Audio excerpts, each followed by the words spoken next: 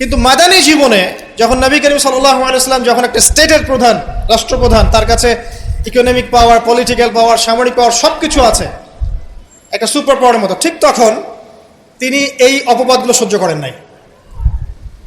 একজন ব্যক্তির নাম কাব বিন আশরাফ, নবী করিম সাল্লাল্লাহু আলাইহি ওয়াসাল্লাম সাহাবীদেরকে বলেছেন ওকে মেরে চলে আসো। সাহাবীগণ এই মিশনটা বাস্তবায়ন করেছে। পরে আরেকজন ছিলেন সাল্লাম বিল হুকাইক, এ আর এক ইহুদি নেতা।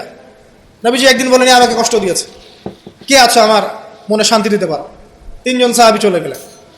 খায়বারের দুর্গের মধ্যে ঢুকেই তার কেসাস করা হয়েছে। সবসময় রিফ্লেকশন একই রকম ছিল না। মক্কা বিজয়ের পরে, মক্কা বিজয়ের দিন তিনি সবাইকে ক্ষমা করে দিয়েছেন আমভাবে, শুধু কয়েক শ্রেণীর মানুষ বাদ দিয়ে। যার মধ্যে এক শ্রেণী হচ্ছে যারা নবী করিম সাল্লাল্লাহু আলাইহি ওয়াসাল্লামকে সারা জীবন বিভিন্নভাবে কথা, গান, লেখা, নর্তকী বিভিন্নভাবে তাকে কষ্ট দিত। ইবনু খাতাল নামে একজন ব্যক্তি ছিল, সে কাবা ঘরের গেলাফ ধরে ঝুলেছিল। ওই অবস্থায় আলী রাদিয়াল্লাহু আনহু তাকে হত্যা করেছে। আমি আপনাদেরকে বলছি না যে এটা সলিউশন, আমি এটা বলছি না আপনাদেরকে। আমি আপনাদেরকে বলতে চাচ্ছি জীবিত অবস্থাতেই নবী সাল্লাল্লাহু আলাইহি ওয়াসাল্লামকে প্রায় 15টা গালি খেতে হয়েছে, তাকে 16 বার হত্যা করার চেষ্টা করা হয়েছে, কিন্তু সবসময় তার রিফ্লেকশন একই রকম ছিল না, প্রতিক্রিয়া একই রকম ছিল না। যখন মাক্কি যুগ, মুসলিমদের অবস্থা দুর্বল, মুসলিমদের হাতে কোনো রকম ক্ষমতা নেই, আলাদা রাষ্ট্র নেই, কোনো ইকোনমিক বেস নাই, আমরা সেখানে অনেকটাই দুর্বল, বেশ দুর্বল। বরং সেখান থেকে হিজরত করে চলে যেতে হয়েছে মদিনায়, তাই নয় কি? সেক্ষেত্রে ওই জায়গায় নবী করিম সাল্লাল্লাহু আলাইহি ওয়াসাল্লাম কোনো রকম সামরিক এগ্রেশন নেন নাই, কোনো রকম সামরিক বা আঘাতের বদলে আঘাত, এই টাইপের কোনো কনক্লুশনে তিনি যাননি। সবর করেছেন, বদদোয়া করেছেন।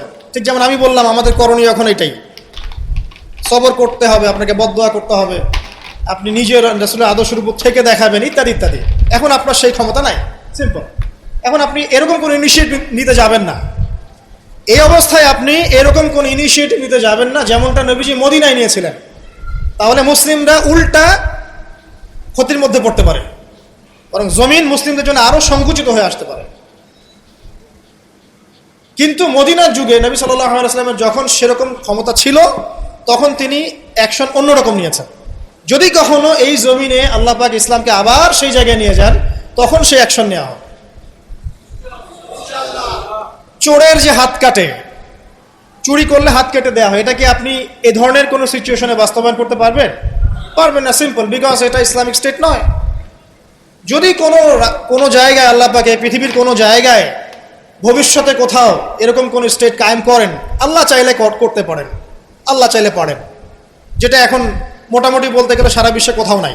যেখানে যেখানে আছে একটু আইওয়াস, এটা আইওয়াসই, আমার কাছে এটা আইওয়াস। কারণ চোরের হাত কেটে যদি আমি ইহুদিদের সাথে বন্ধুত্ব করি, তাহলে এটা কতটুকু ইসলামিক রাষ্ট্র হলো সেটা আল্লাহ ভালো জানে। কথা বুঝতে পারছেন? চোরের হাত কাটলাম ঠিকই, কিন্তু আমি এদিকে আমার ইকোনমিক সেকশনে, সামরিক সেকশনে সব ইহুদি খ্রিস্টানদের সাথে আমি বন্ধুত্ব করে রেখেছি,